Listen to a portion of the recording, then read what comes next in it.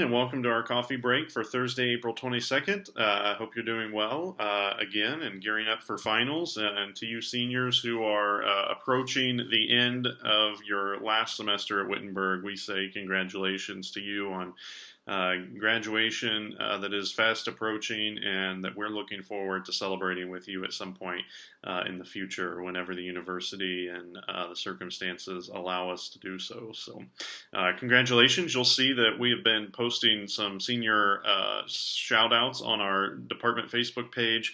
Faculty have been gathering all that information, and so if you're a senior and you have not sent that information into your advisor, please reach out and do so. So we are able to kind of get your shout out put up on the department Facebook page. We are excited for where you're going to go and are looking forward to what you're going to do after graduation and want to hear a little bit more about that.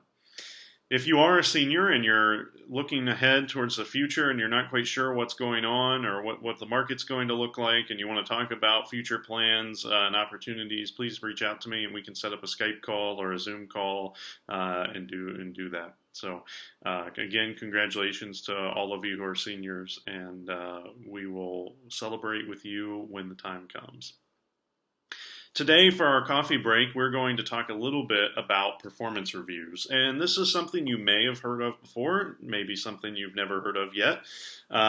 Especially if you're an intern, if you're doing an internship at a larger firm, you may have had to do a performance review on yourself for your internship. Otherwise, you may not have even encountered this concept before. And so I think it's important to understand performance reviews before you graduate and before you get into a context where you might have to do them. Just to know what their purpose is, how they are typically conducted, and what you should do to make sure you're prepared to sell yourself in the best light and to present yourself in the best light when those performance reviews come up. Companies, especially ones with large HR departments and HR operations, human resource operations, have a lot of ways in which they manage their employees. And companies want to, once you get into a larger organization where there's hundreds of employees or maybe even thousands of them, it's very difficult for managers, vice presidents, like people in management at the organization to really see what's happening on the ground in their company.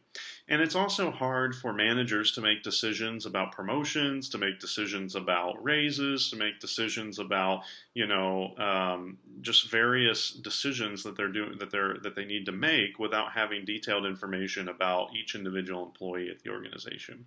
But it's also very it's not very efficient to have, the vice president 10 levels above where an employee might be to meet with all 3,000 employees in the organization to know this information. And so because of the wide nature of some of these companies and the complex nature of the employees that they have there, they will implement something called performance evaluations or performance reviews, which is really an opportunity for you to talk about your work and how you think your role is going at the company and organization, and to back up support for the successes that you've had in your current work, the successes that you've had on specific projects, and how you've been fulfilling the responsibilities and the role outlined in your job description. Performance reviews are in their basic form and in the general form. I mean, they're going to vary across different companies as they have different processes and ideas for what they want you to report on. But they're usually cyclical evaluations that you will fill out on yourself. And so some companies do one performance review a year. Some ask you to do them quarterly, every 3 months. Some ask you to do them every, 6 months, so twice a year. And you will have a template or usually some sort of standardized process that the company will give you where you will begin the performance review by filling out a detailed, couple page, maybe, 5 to 6 pages worth of information about how you think you've contributed to the company based on what responsibilities and roles you've been given. And it starts with you. So usually in most organizations, you are the one who's creating the document first. And so I'll go through a few sections that are typically on a performance review. And the first is a job description review, where you will put in, or they will already have put in, the basic responsibilities and roles that you've been assigned in the job that you were hired for. And you get a comment section where you can comment on how you have been accomplishing those tasks and responsibilities in the period that the review is for. So, if it's a 6-month review, and from the time you're writing it to 6 months in the past, how have you been accomplishing those responsibilities that you were hired for? And so it's a way for you to go through and analyze your job description and say, these are all the things I was hired to do. Here's where I'm doing well. Here's where I could improve in the future.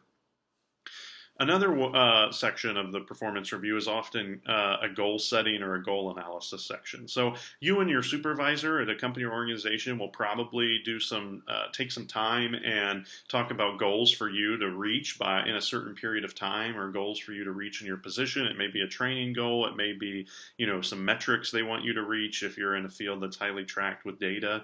And so this goals section is for you to evaluate the goals that you and your supervisor have set up, or the goals that are there for the role you're in, and to comment on the progress that you've made on those goals.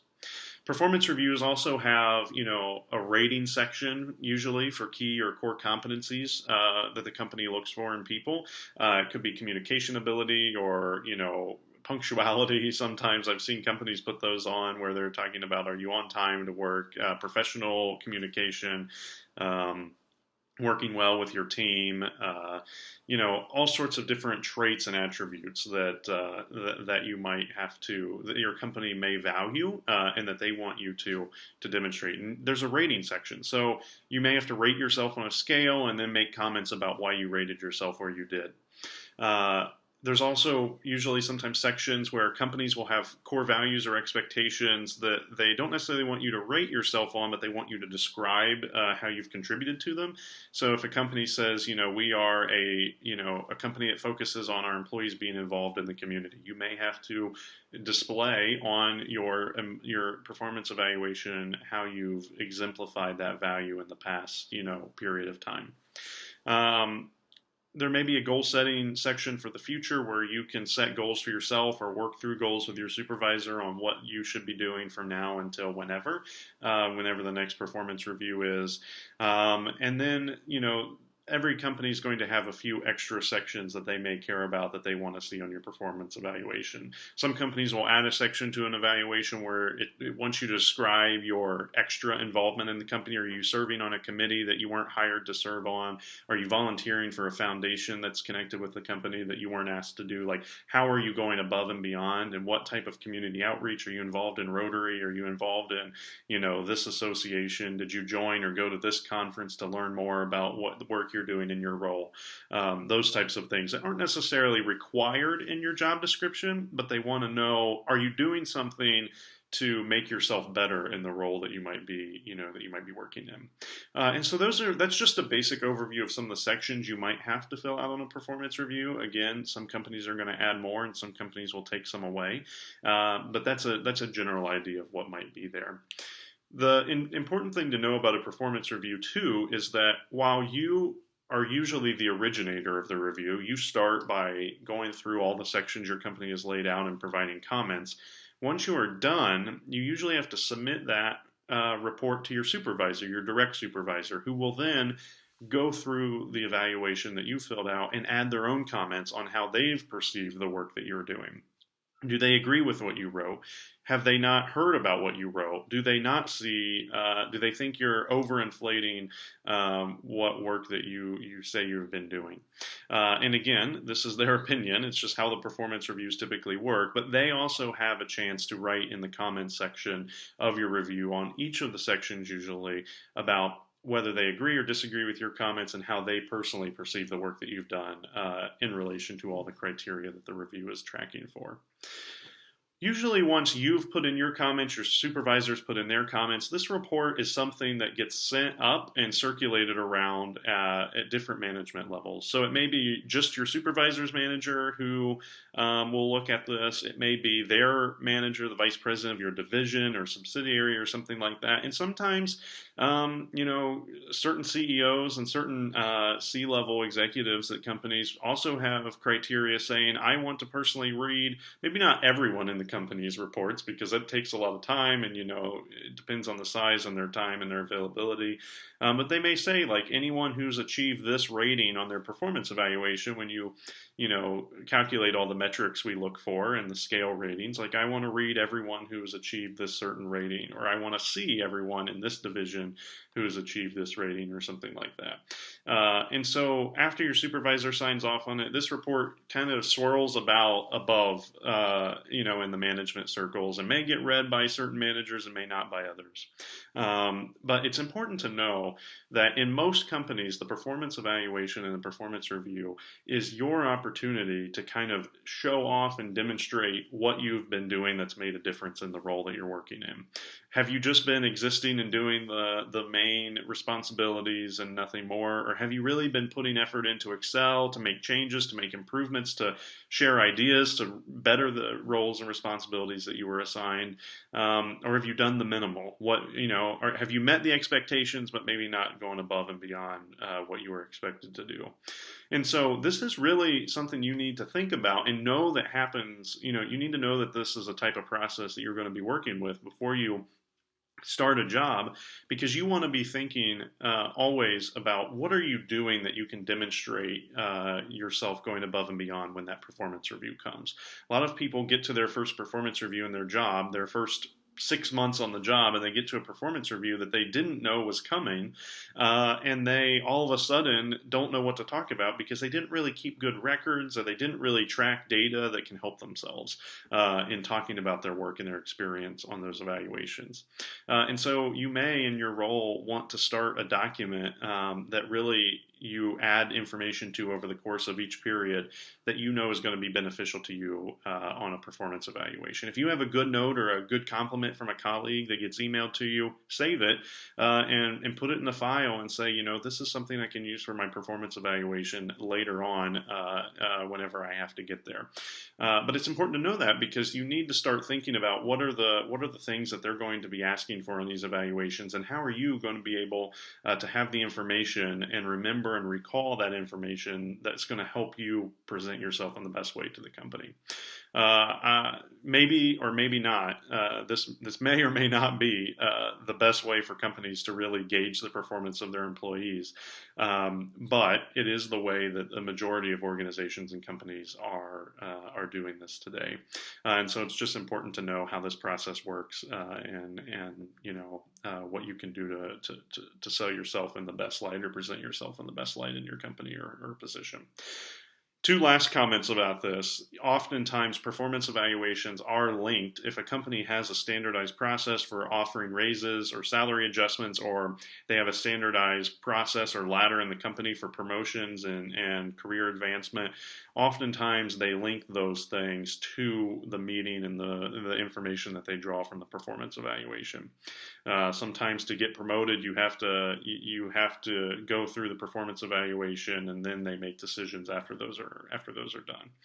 Oftentimes, salary raises and advancement happen through what you demonstrated and what your supervisor said on the performance evaluation. So it's important to know that, as you're thinking about moving ahead in your career, that oftentimes this document or this process plays an important role in that. And then the last thing I will say is that,